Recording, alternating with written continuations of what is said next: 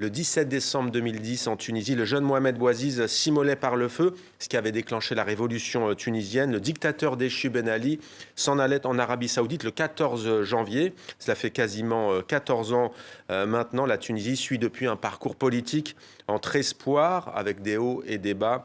Parfois le chaos, une décennie plus tard, les désillusions dominent plutôt que les célébrations, il est vrai. C'est donc cette page de l'histoire tunisienne que vous racontez. On regarde.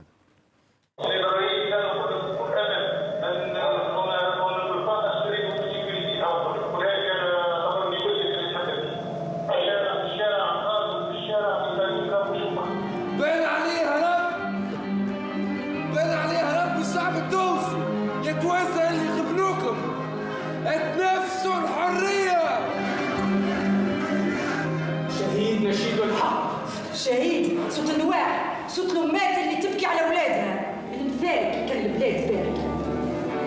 شفت شربحنا تو؟ كيفاش تتوقع بابا بالسوم؟ كيفاش قاعد تتوقع معناها؟ شنو؟ ديمقراطية مثالية واحد في رمشة عين؟ كنهارها وحدة البلاد نلقاهم ما عاد خالطين على حد شيء. الديمقراطية بدعة سيدي خلقوها باش يخليونا نسخروا روحنا نجموا نعيشوا فرحانين واحنا غارقين في الميزير هنا العنكوش. الشعب قعد كلمة ماكل حزين. قبل الثورة tu n'aurais même pas eu le droit de te plaindre. Une pièce tout en ellipse et en images fortes. Myriam Marzouki, le dialogue, la discussion téléphonique qu'on entend, c'est vrai ? Le spectacle s'ouvre avec une archive qu'on a montée, qu'on a coupée. Mais en effet, les voix qu'on entend, ce sont les voix de Ben Ali, qui est dans l'avion le 14 janvier 2011, et ses interlocuteurs restés en Tunisie. Et on a une séquence totalement hallucinante. Les spectateurs se posent la question, est-ce que c'est nous qui avons composé ce dialogue ? Est-ce que c'est joué ou est-ce que c'est vrai ? Non, c'est réel. Donc la fiction théâtrale qu'on a inventée commence par un document prélevé du réel, qui est un document exceptionnel. Et ça nous rappelle que Ben Ali ne comprend pas tout. Il pense qu'il va revenir encore et son conseiller lui dit « je vous parle comme un fils ». C'est terminé en fait. Alors ils hésitent. Ben Ali demande « je reviens pas ». Et puis en face, on sent qu'il y a de l'hésitation et on voit que l'histoire, en fait, ça se fait à partir de petites choses comme ça qui sont presque drôles ou pathétiques. Et il y a cette espèce d'incertitude qui correspond à l'incertitude du pays qui se dit « mais qu'est-ce qui se passe quoi ?» Un président qui s'enfuit, qui part, qui est dans un avion, qui va où ? Et c'est comme ça que l'histoire commence et que notre spectacle commence aussi. Alors, il y a une question qui fait écho à l'actualité et que beaucoup de Syriennes et de Syriens se posent aujourd'hui. Que devient une révolution après la révolution ? Cette question, c'est celle-ci que vous explorez dans cette pièce, Myriam Marzouki ? Oui, ce qu'on a voulu raconter, c'est ce qui se passe après la révolution, c'est-à-dire après le moment où on fait fuir le dictateur. Parce que souvent, en littérature, en art, on s'intéresse au moment révolutionnaire, à l'insurrection. Mais moi, je trouvais que c'était intéressant, compte tenu de ce qu'on sait de l'histoire de la Tunisie, de raconter ce qui se passe après. Donc nous, on traverse les 10 années 2011-2021 où quelque chose s'invente, se construit à travers l'histoire de 3 personnages. On suit comme les protagonistes symboliques, finalement, de l'histoire de tout un pays. Et oui, c'est vraiment la question la plus difficile, c'est-à-dire comment on fabrique du commun, comment on apprend à vivre ensemble. C'est ce que raconte la pièce. Et ce sont les corps et la musique qui nous restituent tout ce chemin politique avec plein d'émotions contrastées.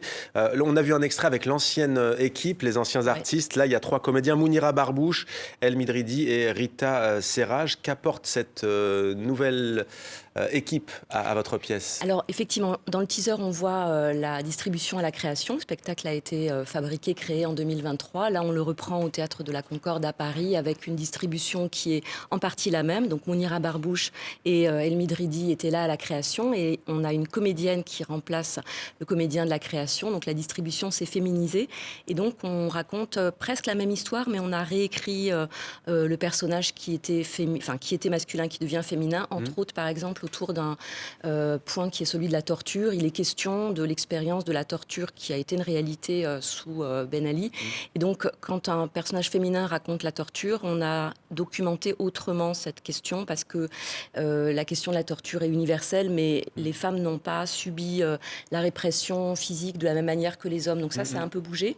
Et puis, on a une comédienne qui incarne la jeunesse aussi. Donc, finalement, le trio devient presque, même si ça n'est pas tout à fait un père, une mère et ça et la fille, mais il y a quelque chose comme 2 générations qui existent maintenant sur scène et c'est intéressant.